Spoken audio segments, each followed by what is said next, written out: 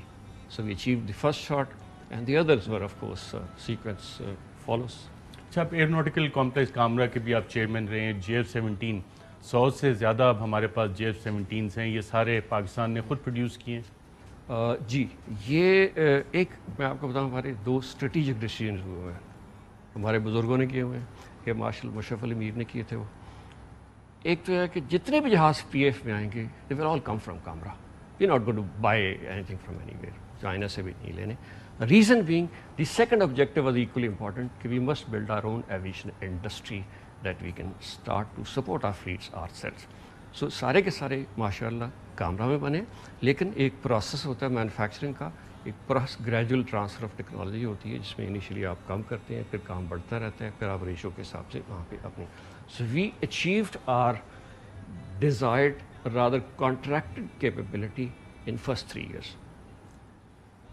جب ان جہازوں کو دیکھتے ہیں، اب انڈیا ٹرانسفر آف ٹیکنالوجی پہ انڈیا خود بھی اس سائڈ پہ جا رہا ہے، اور پاکستان لیٹسٹ اور جہاز بھی چائنا سے لے رہا ہے ٹرانسفر آف ٹیکنالوجی کے ذریعے. J-10 کا پروجیکٹ وہ بھی اسی ٹرانسفر آف ٹیکنالوجی کا حصہ ہے.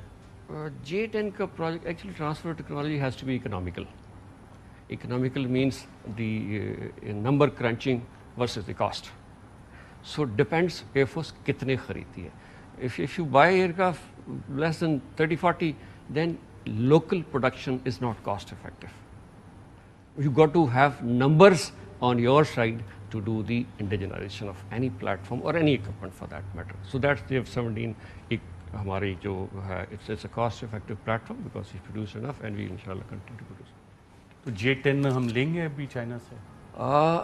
I don't have the exact news, but I've read it in the media that PF is probably negotiating on this. JF-17 ہم ایکسپورٹ بھی کر رہے ہیں؟ JF-17 ہم نے ایکسپورٹ کیے ہیں، ہم نے نائجیریا کو 3 جہاز دیے ابھی and then some more. اور دیگر ممالک بھی انٹرسٹڈ ہیں اس میں؟ انٹرسٹڈ تو بہت ہیں، اس میں کوئی شک نہیں ہے، because one single reason, it is the most cost effective aircraft in this category required by the air forces which are looking for upgrading their older aircraft. تو آپریشن فٹ ریکارڈ کے بعد پاکستان کے JF-17 میں دنیا کا interest کچھ زیادہ بڑا ہے؟ کچھ آپ کے پاس اس طرح کی اطلاعات آئی ہیں کہ جناب دیکھیں اتنی بڑی کامیابی ہوئی اور JF-17 اپنے سے جس کو کہتے ہیں کہ سپیریئر جہاز ان کو ڈاؤن کیا؟ انٹرسٹ تو اس کے بعد اگر آپ میڈیا دیکھیں تو it is surely there and JF-17 is a much wanted platform in any air show. If you see last 10 years میرا نہیں خیال کوئی بھی جہاز we first brought the inducted the aircraft in the PF in 2007-8. It's 10 years, 12 years میں it has by now, I was looking at the figures yesterday, it has participated in about 12 international exercises oblique air shows. It's on demand in every exercise by a foreign Air Force. They want to look at it, they want to, that's one way of looking at the aircraft.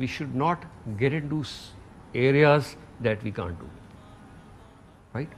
And the areas that we can do, we must. This is what is the difference between failure of Teja and success of JF-17. I've read the entire documentation, a lot of documentation about Teja. This has been acknowledged by the Indians themselves. There is a test pilot who retired as the Air Marshal, and he wrote a book on the LCA Teja. And he acknowledges that. Now